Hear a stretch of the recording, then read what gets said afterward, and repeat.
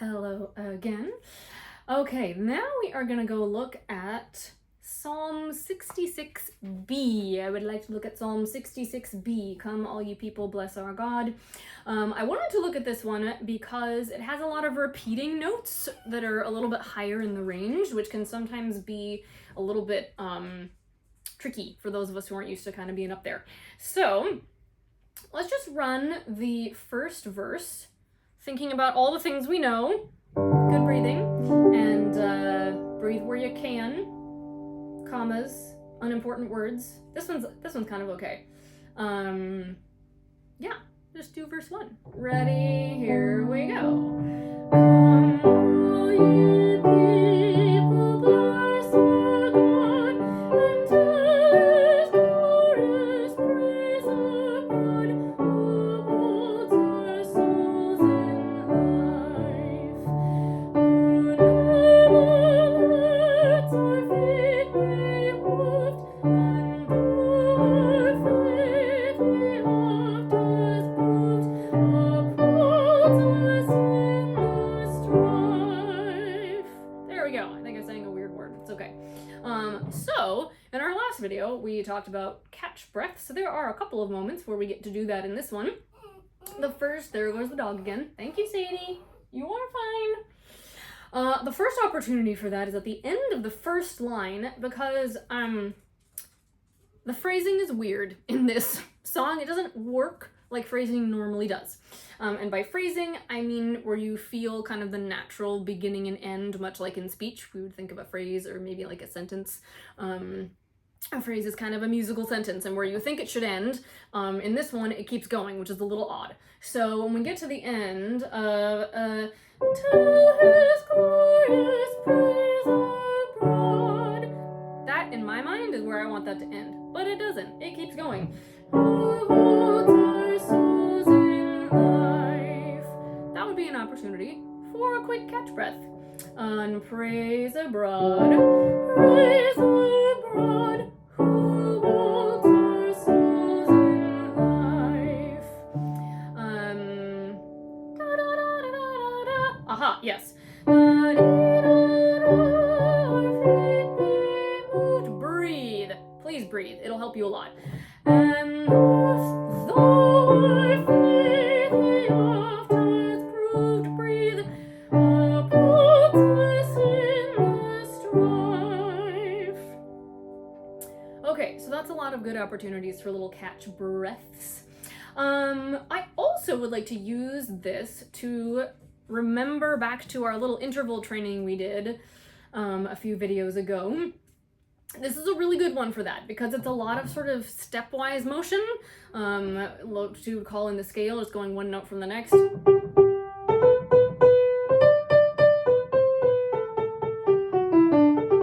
It's just a scale. Now, a couple of other things we want to notice about this. If you remember the little number game we did, which was assigning numbers to notes, that's what it was. In this song, psalm, this is our 1 note. Now, I'm not going to make you go all the way up to 8. That's mean. We're just going to go 1, 2, 3, 4, 5, and I'm actually going to play this down here if that's easier for you. Okay. 1, 2, 3, 4, 5. Here we go. 1, 2, 3, 4, 5, and back down. 5, 4, 3, 2, 1. That's pretty much the range of this song, with a couple of exceptions. We do go down to do.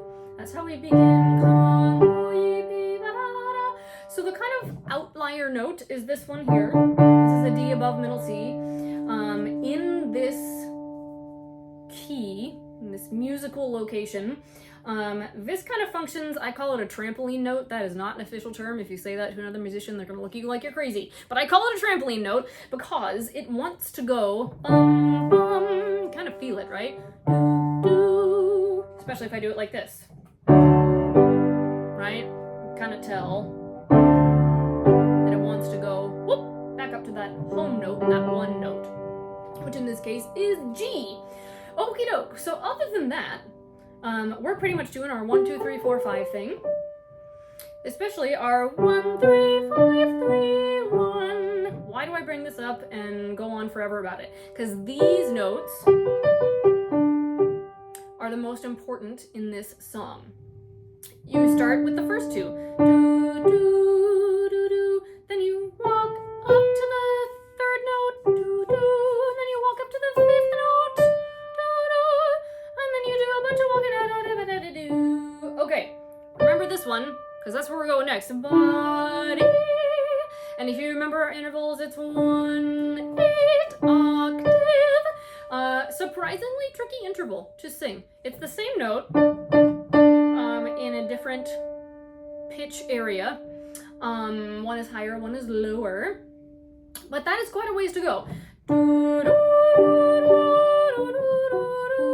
way you're going to achieve that and make it easier is, remember we talked about higher notes, air and courage. Air and courage.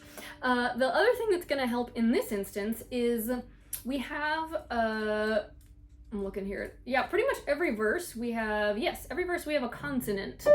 Never him cried, ha. Don't spend forever on those consonants, you're going to lose your mind. Whenever lets our feet be moved. Same thing. And our faith. This is not the opera house. We do not need the people in the back of the 3,000-seat house to hear the words we are singing. So, just mush through those beginning consonants and you'll get right up there. Okie doke. Let's do more than one verse in this one. Let's go on to verse 2. I just gave you a lot of information, a lot of pitch information, and some enunciation information. Ooh, say that 10 times fast. So, give it a go. Verse 2. Ready and go. We come with offerings to his house, and here we pray the solemn vows. We uttered in distress. Breathe. To him all we dedicate, to him we wholly consecrate. Our lives his mercies bless. Ooh, I forgot to address one thing. The very last line. Da-dee-da-dee. So crunchy, so Victorian. This was a Victorian thing-ish. Victorian turn of the century. They love this. It's like their favorite thing in the whole world. This was our, it was in one of the bass videos. I had a song for this, and it was really good. Oh yeah, oh no, I can't remember the name of it. It's this, there's a place for us somewhere. Is it called Somewhere? Is that what it's called? I don't know. Somebody tell me. Okay, so, the point of me rambling about this is, we have this little pattern emerging. If you look back to, who never lets, and then you go skip down, and though our faith, and then skip over to the end, upholds us in the strife. So you're doing this kind of body, body, body. Another thing that's going to help you, keep those upper pitches in your mind.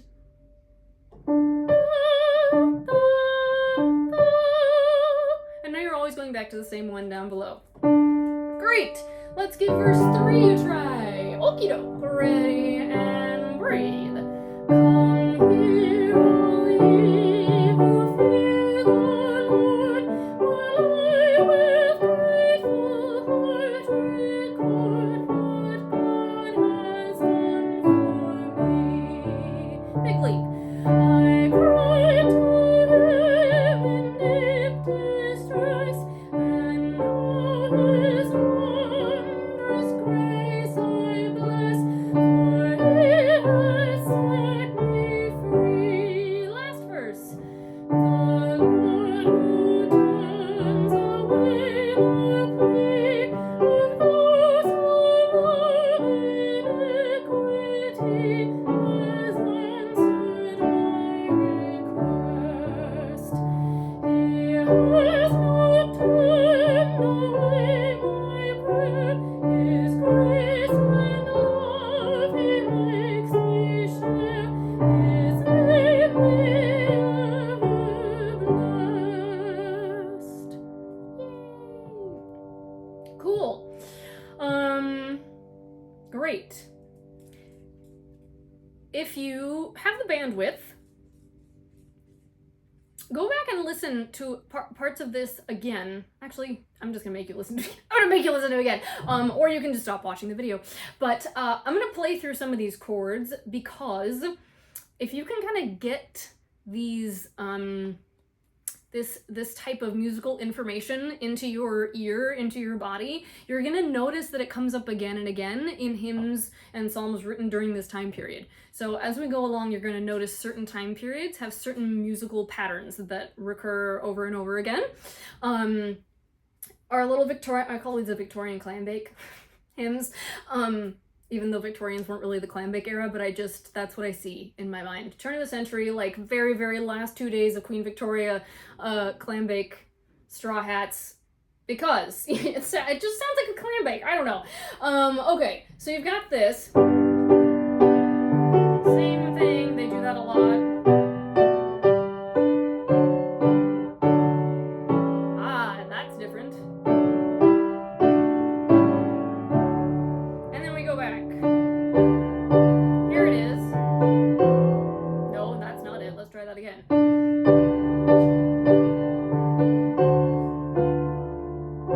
That.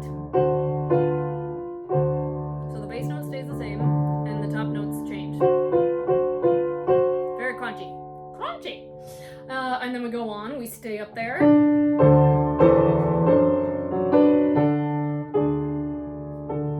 Another crunchy, and then we resolve.